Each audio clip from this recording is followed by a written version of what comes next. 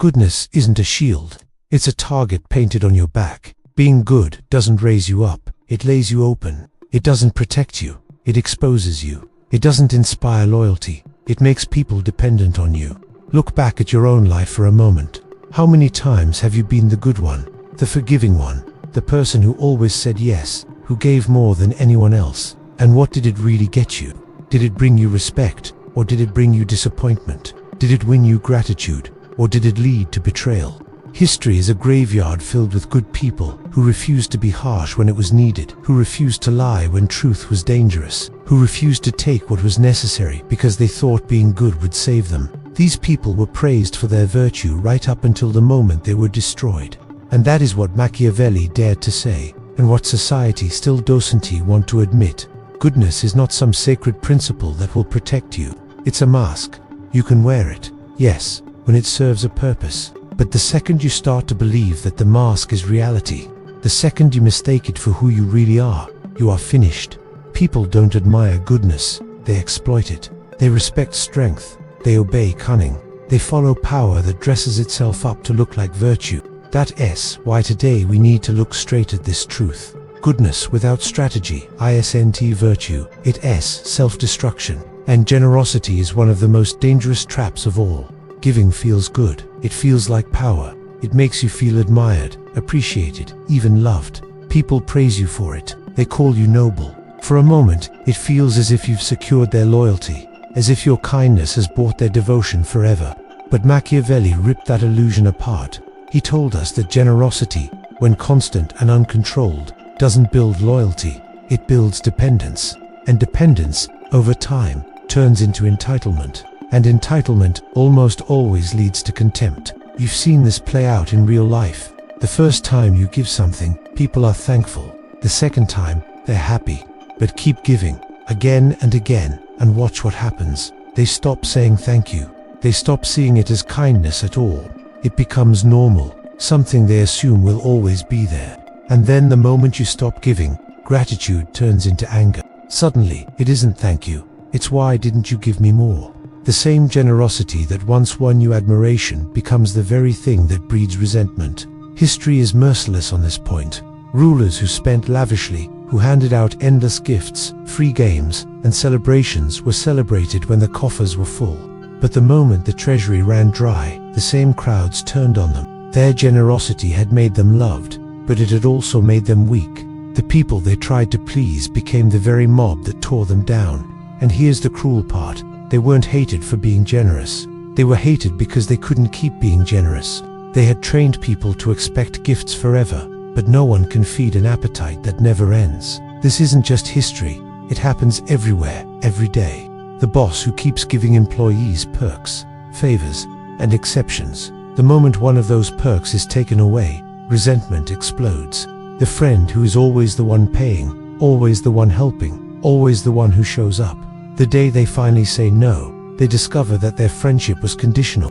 The partner who showers someone with gifts and indulgences eventually learns the hard truth. If the gifts stop, so does the love.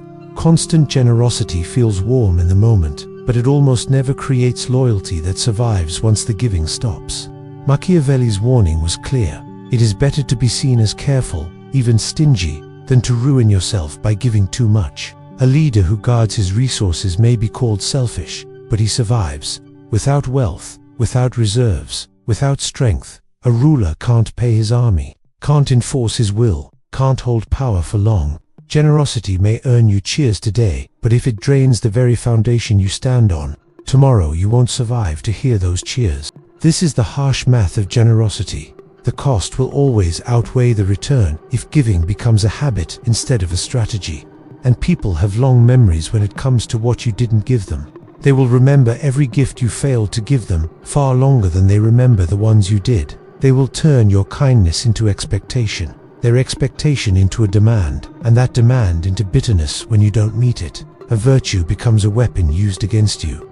The wise leader and the wise individual learns to give rarely, but with precision, to make generosity something unforgettable, not something cheap and common. To give when it truly binds loyalty, not when it creates dependence.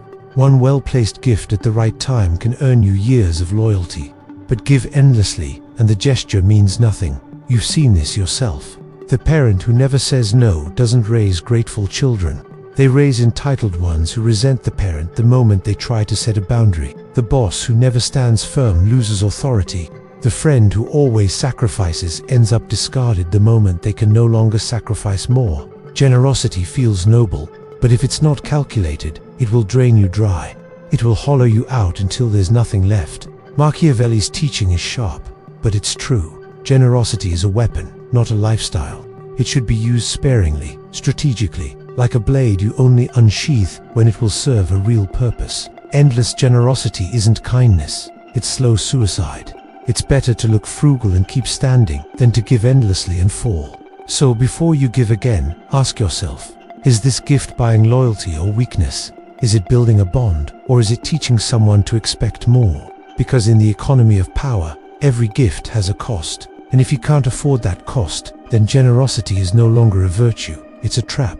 Think about your own life. Think about the last time you tried to be the good one. Maybe you forgave someone who didn't deserve forgiveness. Maybe you gave when you couldn't really afford to. Maybe you told the truth when lying would have protected you. And what happened? Did the world reward you for being good? Or did someone quietly take advantage of you? Did they respect your kindness? Or did they push further, testing how far they could go until you finally broke? That's the trap. At first, being good feels like the right thing. It feels heroic. People cheer for you. They admire you. They call you kind, generous, merciful. But it doesn't stay that way. The applause slowly fades into expectation.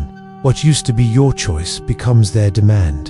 The mercy you once offered as a rare gift becomes something they insist you keep giving. The honesty you thought would build trust becomes ammunition used against you. And before you know it, you are cornered, worn down, taken advantage of. Not because you were bad, but because you were too good. History keeps repeating this lesson. Julius Caesar forgave his enemies in Rome, thinking mercy would heal the nation. They thanked him with knives. Richard II forgave the nobles who rose against him, hoping it would bring peace. They overthrew him anyway.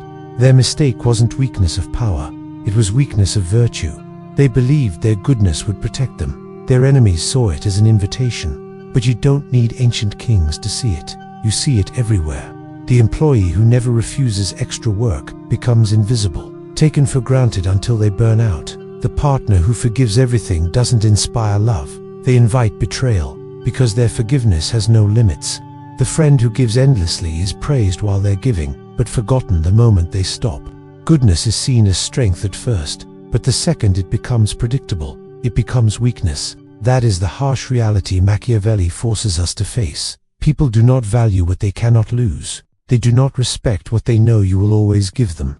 Gratitude fades. Entitlement takes its place. The ruler who never punishes becomes a joke. The generous leader becomes the one accused of not giving enough. The honest man becomes the fool who gave away his advantage. It is always the same pattern. The world praises you, then it pushes you, then it consumes you. The good are not defeated by evil. They are defeated by the weight of their own virtue. Machiavelli's answer was not to reject goodness, but to master it, to wear it like a mask, not like a chain. Show mercy, but only when it strengthens your position. Show generosity, but only when it creates loyalty that lasts longer than the gift itself. Show honesty, but never so much that it exposes you completely. Goodness must be rationed, calculated, deliberate, or it becomes your rope. And if you're being honest with yourself, you already know this. You've felt it. You've had that bitter moment when you realized your kindness was being taken for granted. Your forgiveness was being exploited. Your honesty was being turned against you. That's the trap. And unless you learn to control goodness, instead of being controlled by it, you will walk right into it again and again. The world does not reward people who are good all the time. It rewards people who know when to be good and when to be cold.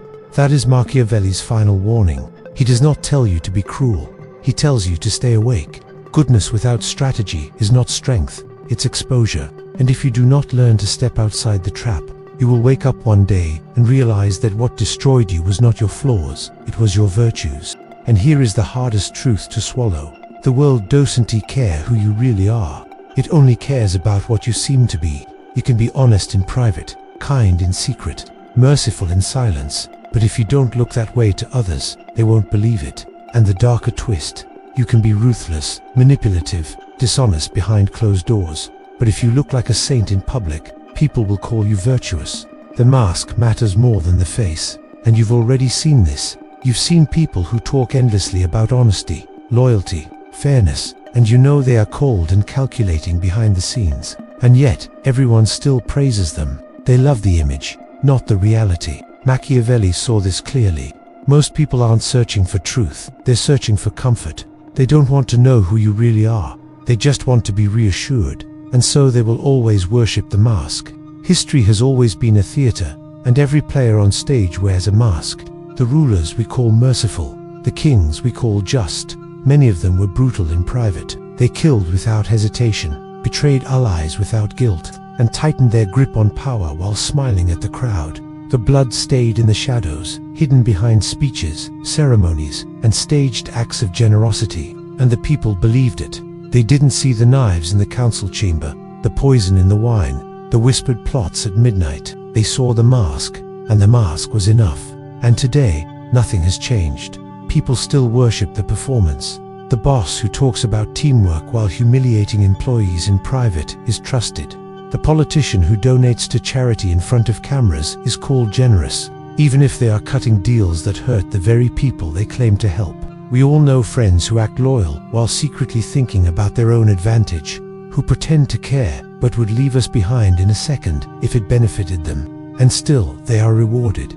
They are praised. They are called good, because they understand what most people never will. The appearance of goodness is more powerful than goodness itself. The mask wins. But here's where the danger begins. If you wear a mask long enough, you start believing it's your real face. The ruler who pretends to be merciful eventually convinces himself he really is merciful. The leader who stages generosity starts thinking he is generous, and once they believe their own performance, they are doomed. They forgive when they should punish. They reveal their heart when they should stay cold. They trust when they should be suspicious. And when they make that mistake, when they forget what game they are playing, their enemies don't hesitate. They strike. This is why so many good leaders fall. Not because they were cruel, but because they started believing their own act. The survivors, the ones who rule for decades, never let that happen. They never confuse the mask with reality. They wear it like armor. They smile while sharpening the knife. They talk about peace while secretly preparing for war. They show just enough kindness to keep people loyal, just enough honesty to seem believable, just enough mercy to keep hope alive. But they never let the mask slip. They never forget what they are doing. And that, right there, is the difference between survival and destruction. You've believed the mask too. Think about it. How many times have you trusted someone because they looked honest? How many times have you judged a person not by what they did, but by what they seemed to be? You believed them because believing was easier. The mask comforts you. It tells you the world is simple, that leaders can be noble, that friends can be loyal, that goodness can win. But deep down you know the truth. You've seen it. The person who seemed kind turned out to be cruel. The one who swore they would never lie betrayed you when it mattered most. And yet you kept believing, until the masks shattered. That is why Machiavelli's warning feels like a knife. He isn't just talking about kings and princes. He's talking about all of us. You wear a mask too. We all do. We all present the version of ourselves that we know the world wants to see. And the uncomfortable truth, it works. People rarely question it. They want to believe. They need to believe. Which means the mask is not just a trick, it's survival. The mask of virtue is the thin line between being respected and being crushed. Between being remembered as wise and forgotten as weak. Mercy feels good, doesn't it? Forgiveness makes you feel noble. Sparing an enemy makes you feel bigger than them. But Machiavelli cuts through the illusion. Mercy without strength is suicide. Forgive too freely and you don't win loyalty. You teach others there are no consequences. Show too much compassion and you don't earn respect. You lose authority. Mercy without teeth is weakness pretending to be strength. Think about your own life. The person who keeps forgiving betrayal is not admired. They are pitied, mocked, disrespected. The boss who forgives every mistake isn't loved. He's ignored. The friend who tolerates endless disrespect isn't cherished. They reused until they re-empty. What starts as mercy turns into permission, and permission kills fear. And once fear dies, respect dies with it. That is why Machiavelli went where few dared to go. He said the thing everyone secretly knows. It is safer to be feared than loved. Love is a luxury. Love is fragile. People love you when you give them what they want, when you make them feel good, when you serve their needs. But the moment you stop, their love dies, gratitude evaporates, affection turns to resentment. Love is loyalty tied to a thread. That thread snaps the second someone else offers them a better deal. But fear is different. Fear stays. People may hate the ruler they fear, but they obey him. They may whisper against him in secret, but they think twice before crossing him. Fear speaks to something deeper than love. It speaks to survival, but don't mistake fear for cruelty. Machiavelli never said to become a monster. Ruling through terror alone breeds hatred, and hatred is a fire that eventually burns everything down. People will endure much under a firm ruler, but once hatred grows, they will risk everything to destroy him. The art of power lies in balance. You must be feared just enough to stop betrayal, but not so feared that everyone dreams of your death. You must punish quickly and decisively, but only when it protects stability. Fear must be sharp, controlled, almost surgical. You've seen this outside politics too. The teacher who is too lenient loses all authority. The one who is too strict causes rebellion. The teacher who finds the balance commands respect, because students know the rules are real, and breaking them has consequences. The same is true everywhere. Mercy only works when it's rare, when it's deliberate. True mercy works best when it scares people as much as it comforts them, when they realize they could have been crushed but were spared. That kind of mercy builds loyalty because it reminds them of your power. Endless mercy builds contempt because it tells them you have none. This is the brutal truth. Fear is not the opposite of love. Fear is the foundation of order. Without fear, no system, no relationship, no kingdom survives. People will always test limits. They will always push. If there is no punishment, there is chaos. So yes, allow yourself to be loved, but never trust love to hold everything together. When love and fear collide, choose fear. Because love dies, fear endures. And here's the part most people are too scared to say aloud. Sometimes the ends do justify the means. You've been told that morality is absolute, that you must stay pure no matter what. But purity means nothing if it costs you everything. Machiavelli stripped morality of its illusions and forced us to face the real question. If cruelty creates peace, is it still cruelty? If lying saves lives, is it wrong or is it duty? It's a terrifying answer, but a true one. Outcomes matter more than intentions. History isn't written by the most virtuous. It is written by the ones who survived. The leader who lies to get resources might be condemned in his time, but if that lie creates a strong empire, future generations will praise him. The general who fights a ruthless war is hated during the bloodshed, but if the war creates centuries of peace, statues are built in his honor. The CEO who fires thousands might be called a monster today, but if the company survives and thrives, he will be remembered as a genius. This isn't a free pass to be cruel. Machiavelli wasn't telling leaders to be heartless for pleasure. He was saying that morality must bend when survival is on the line. The ruler who refuses to act because he wants to stay good, while his people starve ice and tea noble, he is a failure. And failure dressed up as virtue is still failure. You see this tension in real life too. The parent who refuses to discipline their child because it feels mean raises someone weak, unprepared, and resentful. The partner who refuses to walk away from a toxic relationship just keeps the pain alive for both people. The leader who refuses to punish, lie, or cut ties when necessary loses everything they were trying to protect. The price of pure goodness is often much higher than the price of doing what must be done. That is the heart of Machiavelli's warning. Goodness has its place, but only as long as it doesn't destroy the foundation on which it stands. Mercy must never lead to chaos. Generosity must never lead to ruin. Honesty must never leave you exposed. If the only way to protect what matters is to betray the ideals you claim to hold, then Machiavelli would say, betray them. Because what good is your virtue if it leaves nothing standing? But the mask of virtue still matters. People want to believe their leaders are good. They want to believe their friends are loyal. They want the illusion. So the art lies here. Act ruthlessly when you must, but cloak it in goodness. Punish, but make it seem just. Deceive, but make it seem wise. Be ruthless, but make it look merciful. The people will forgive the means if the results favor them. They will even rewrite history to glorify you. That is legacy. Legacy isn't built on purity, it is built on results. People may whisper about your cruelty, your lies, your betrayals. But if what you built survives, if your family is safe, your kingdom strong, your company thriving, they will call you wise. They will call you good. They will call you great. That is Machiavelli's final, ruthless gift. Power does not belong to those who cling to virtue until they're destroyed. It belongs to those who turn virtue into a weapon. The weak will die clutching their goodness like a trophy no one cares about. The strong will use goodness as a mask and a shield, and they will be the ones history remembers. So stop asking whether you should be good. Ask whether you can afford to be good. And if the answer is no, if everything is on the line, you already know what you have to do. Wear the mask, wield the blade, and make sure that when the dust settles, you are the one who is still standing. Because history does not remember who was good.